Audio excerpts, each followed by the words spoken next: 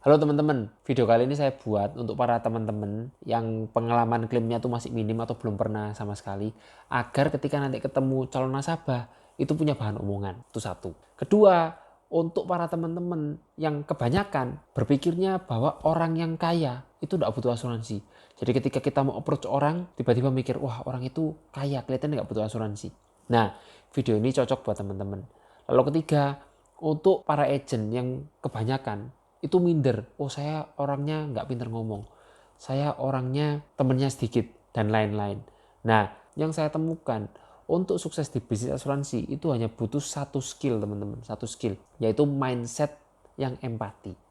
Nah semoga video ini nanti menjelaskan 3 poin tersebut. Dari sekian banyak klaim yang pernah saya tangani di bisnis asuransi ini, ada 3 klaim yang menurut saya sangat relevan untuk video ini. Cerita pertama datang dari istri saya sendiri, Jessica, yang pada waktu itu 3 bulan sebelum hari pernikahan kami harus menderita penyakit demam berdarah. Nah, waktu itu istri saya masuk ke rumah sakit di Surabaya selama 5 hari aja dan harus memakan biaya 35 juta. Nah, dari pengalaman kami, 35 juta bukanlah nominal yang bombastis, yang fantastis. Saya yakin sebagian besar dari teman-teman yang menyimak video ini pasti punya di rekeningnya, di tabungannya, uang sebesar 35 juta. Tapi pertanyaannya teman-teman, apakah 35 juta itu adalah uang yang kami siapkan untuk mengobati penyakit? Tentu saja tidak, karena kita punya rencana keuangan sendiri yang pada waktu itu adalah membiayai biaya pernikahan kami secara mandiri. Nah, tentu saja nominal 35 juta cukup signifikan untuk membiayai biaya pernikahan kami. Kedua, sebut saja nama klien saya ini Pak Yono. Pak Yono ini seorang suami yang mempunyai 1 orang istri dan 3 orang anak yang masih remaja. Nah, Pak Yono ini pada suatu ketika harus terdiagnosa penyakit kanker. Beliau harus menjalani kemoterapi dan pembedahan selama 1 tahun. Walaupun pada akhirnya setelah 1 tahun, beliau pun meninggal. Tapi dari klaim sebesar 200 juta dan ketika meninggal dunia sebesar 1 miliar rupiah, saya dapat melihat dengan mata kepala saya sendiri bahwa istri dan ketiga anaknya Pak Yono ini tidak terbengkalai. Yang hebatnya lagi, rencana keuangan Pak Yono yang Pak Yono rancang sebelum dia sakit tetap terlaksana meskipun Pak Yono telah meninggal dunia. Jadi apapun yang terjadi dengan resiko yang bisa menimpa Pak Yono tidak menggagalkan rencana keuangan dari Pak Yono. Yang ketiga datang dari nasabah dekat saya, yaitu Pak Jaya, yang merupakan orang yang cukup kaya dan sukses di Surabaya. Singkat cerita, 4 tahun setelah ambil asuransi di saya, istri dari Pak Jaya ini harus terdiagnosa tumor jinak di otak. Beliau memutuskan untuk operasi di Singapura yang memakan biaya 1 miliar rupiah.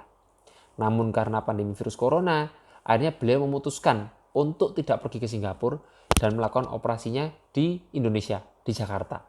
Karena waktu itu klaimnya sudah keluar yaitu 1 miliar rupiah, tentu saja karena bentuknya santunan, biaya operasi di Jakarta yang hanya 200 juta sudah dibayar dengan asuransi secara full. Pak Jaya ketika istrinya mengalami resiko kehidupan yaitu sakit, satu, Pak Jaya bisa memberikan pilihan kepada istrinya mau operasi di mana. Karena apapun yang terjadi, biaya di cover oleh asuransi. Dua, istrinya sekarang sudah sehat sedia kala, sudah bisa melakukan aktivitas dengan normal dan tidak ada gangguan di aktivitasnya sehari-hari.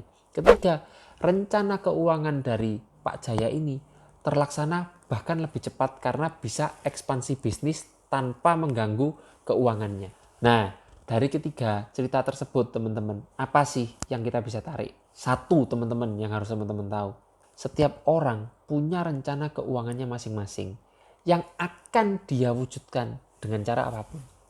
Saya yakin teman-teman pun juga punya rencana keuangan sendiri.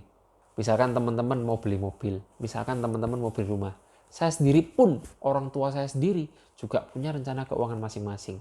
Saya ingin bangun rumah dalam 5 tahun ini, harus mengumpulkan dana sekian, harus menabung per bulannya sekian. Jangan sampai teman-teman rencana keuangan itu terganggu hanya karena hal remeh, yaitu resiko kehidupan. Nah, jadi teman-teman bisa posisikan teman-teman ketika teman-teman datang ke nasabah teman-teman. Apakah kita datang sebagai penolong rencana keuangan mereka atau malah penghambat rencana keuangan mereka. Nah, semoga video ini membantu mindset teman-teman. Thank you teman-teman.